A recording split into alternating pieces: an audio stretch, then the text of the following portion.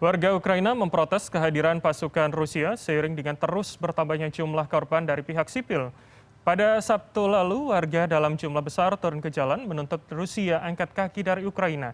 Namun di sisi lain, otoritas Ukraina juga mengatakan mereka butuh senjata yang lebih banyak untuk melanjutkan pertarungan.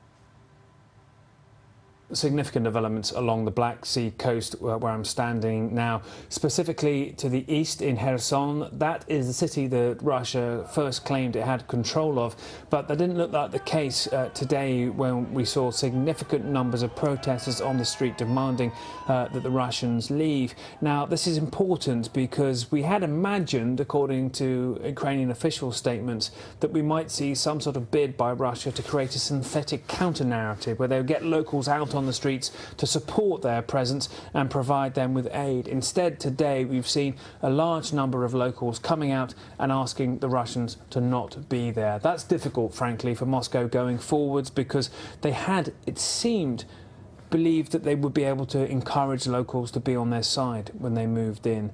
A very different story in Mykolaiv, the next port city to the west. We were there today. We spoke to the regional head and he said that they didn't need anything apart from the west, apart from weapons. They wanted to continue the fight and they felt very convinced that despite the fact they were facing a Russian force that was technically superior, they had better motivation and they would never let those forces take the important bridges in that city. All the same, though, civilian casualties very visible for us at a nearby hospital. The elderly, it seemed, brought in, a lot of them with head injuries, result of some shelling that had hit part of the civilian areas there. Just part of the clear evidence we see all the time that Russia's promise it's not targeting civilians is essentially nonsense. And still here in Odessa, the broad, widening fear that all this activity military along the Black Sea coast by Russia is essentially going to lead to pressure in Odessa, which results in some sort of broad military move